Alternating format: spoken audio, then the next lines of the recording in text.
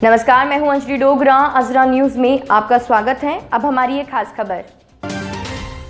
आज पूरे देश में रही गणतंत्र दिवस की धूम, जहां जिला फतेहपुर भी नहीं रहा पीछे। देश के बड़े त्योहार को लेकर 74वें गणतंत्र दिवस के अवसर पर प्रत्येक विद्यालय, हर कार्यालय और सीमा बॉर्डर पर बड़ी ही धूमधाम हर्षोल्लास पूर्वक मनाया गया, जिसमें फतेहपुर जनपद के खरौली गांव के देशभक्त शिव सेवक वैष्णोदास शिवकरण देश के तीनों सेनाओं को सलामती के लिए कश्मीर से कन्याकुमारी तक पैदल चल रहे हैं, तो दूसरी ओर अहोंग गांव के राम सिंह पटेल, शैलेंद्र सिंह पटेल और कुछ कुशल कृषक होने के कारण उत्तर प्रदेश के मुख्यमंत्री योगी आदित्यनाथ से लखनऊ बुलाकर 26 जनवरी पर प्रोत्साहित किया। और फतेहपुर जनपद के सरस्वती बाल मंदिर इंटर कॉलेज में बच्चों द्वारा सांस्कृतिक कार्यक्रम किया गया।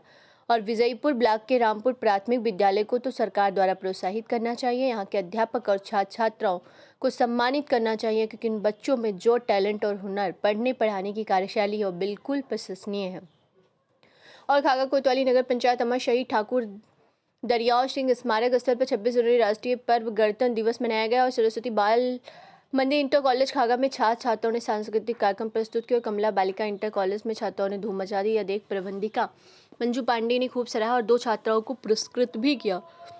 रमेश कल्याणकारी विद्यालय ने प्रभात फेरी निकाली और प्रेस कोर काउंसिल संगठन द्वारा बाइक रैली निकाली गई।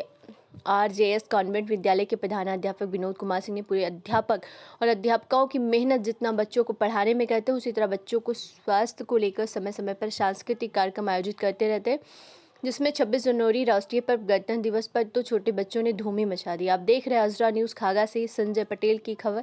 अजरा न्यूज फतेहपुर। जनता तो हमको 1947 में ही मिल गई थी, लेकिन अपना नियम, अपने कानून के तब भी अब अभाव में थे।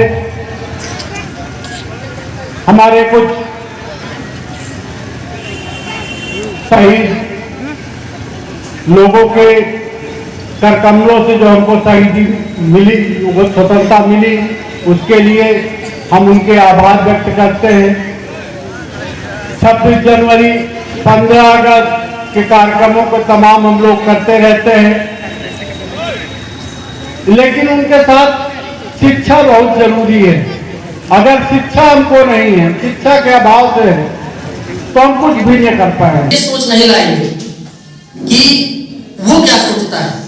देखिए, कोई आता है तहसील में, किसी को तो पता भी नहीं होता। आप लोग, हम स्वयं देखने वाले हैं कि जब तहसील के प्रांगण में कोई आता है अंदर, जिसने कभी तहसील नहीं देखी होती है, तो उसको बाहर से कह दिया जाता नहीं, यहाँ सुनवाई नहीं होगी, तुम्हारा जाओ जिले जाओ, बड़े अधिकारी वहां बैठते हैं, वो सुनेंगे। तो आप इस बात को समझिए, और ये हम समझ सकते हैं, तभी हमको यहाँ बैठा लगे।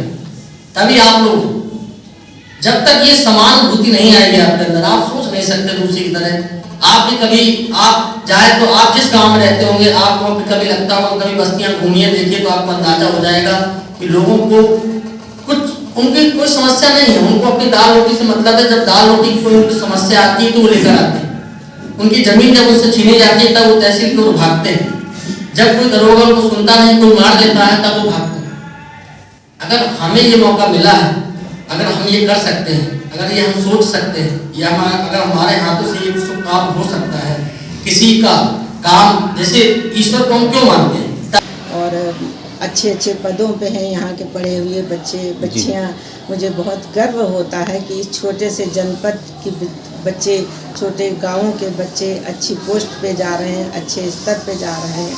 और आज इस प्रांगण में हमें देख के उन बच्चों का समूह, इतनी खुशी हो रही है। मेरे सब अपने ही बच्चे हैं, ये सब अपनी ही बच्चियाँ लग रही हैं और बहुत अच्छा लग रहा है। बच्चे भी बहुत खुश हैं। मैं प्रबंधक से ज़्यादा इनकी संरक्षक हूँ। मेरे बच्चे सब बच्चियाँ भी हैं, मुझे बहुत अच्छा लगता है और मैं सबको धन्यवाद इन बच्चों को। तो मेरी अपनी सोच है कि ऐसा नहीं कि 74 साल में मेरे देश ने विकास नहीं किया। मेरे देश ने वो ऊंचाई हासिल की है कि गर्व से कह सकते हैं कि हम हिंदुस्तानी हैं। वरना भारत पाकिस्तान एक ही देश पे आजाद होकर अलग अलग हुए हैं, और आज भी टमाटर मांग के खाते हैं, भारत से ही सप्लाई होती है।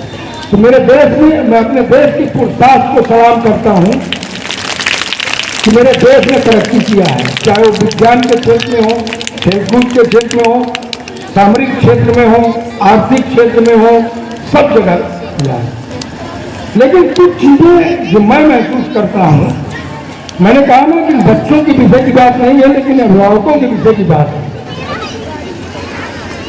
कि आप ये संविधान को सुचारू रूप से चालू करने के लिए, संविधान को व्यवस्थित लागू करने के लिए और संविधान में रहते हुए संविधान को बनाए रखने की जिम्मेदारी हम किसको देते हैं? देश का 2 वर्ग का। 5 मिनट भाई शांत हो जाएंगे, अगर मेरी बात ठीक न लगे। एक सिलेक्टेड पर्सन होता है, एक इलेक्टेड पर्सन होता है। एक सिलेक्टेड होता है, एक इलेक्टेड होता है। थोड़ा मेरी गलत नहीं है।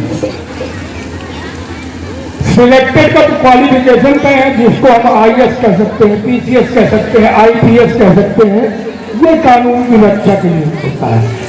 कानून को लागू कौन करता है? कानून को बनाता कौन है?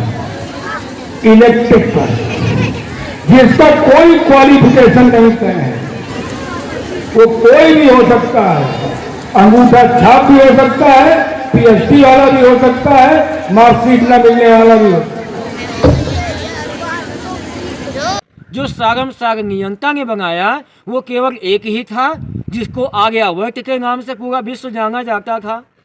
आज ये विखंडता ने, कुरीतियों ने, कुविचारों ने ऐसे ऐसे धर्म बना दिए कि जिससे विखंडन में कई देश, कई प्रांत, कई जनपदों का निर्माण हो गया। आज तो यहाँ तक है कि मानो न जाने किस किस रंग में रंगता चला जा रहा है।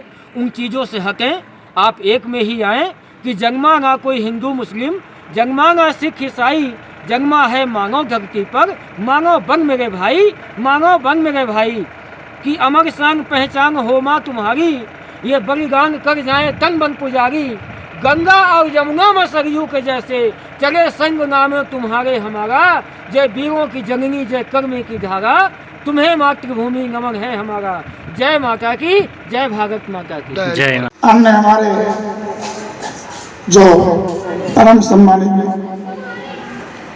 अभिभावक माताएं बहनें आज इस कार्यक्रम में एक छोटे से बुलावे पर आप यहाँ उपस्थित हैं।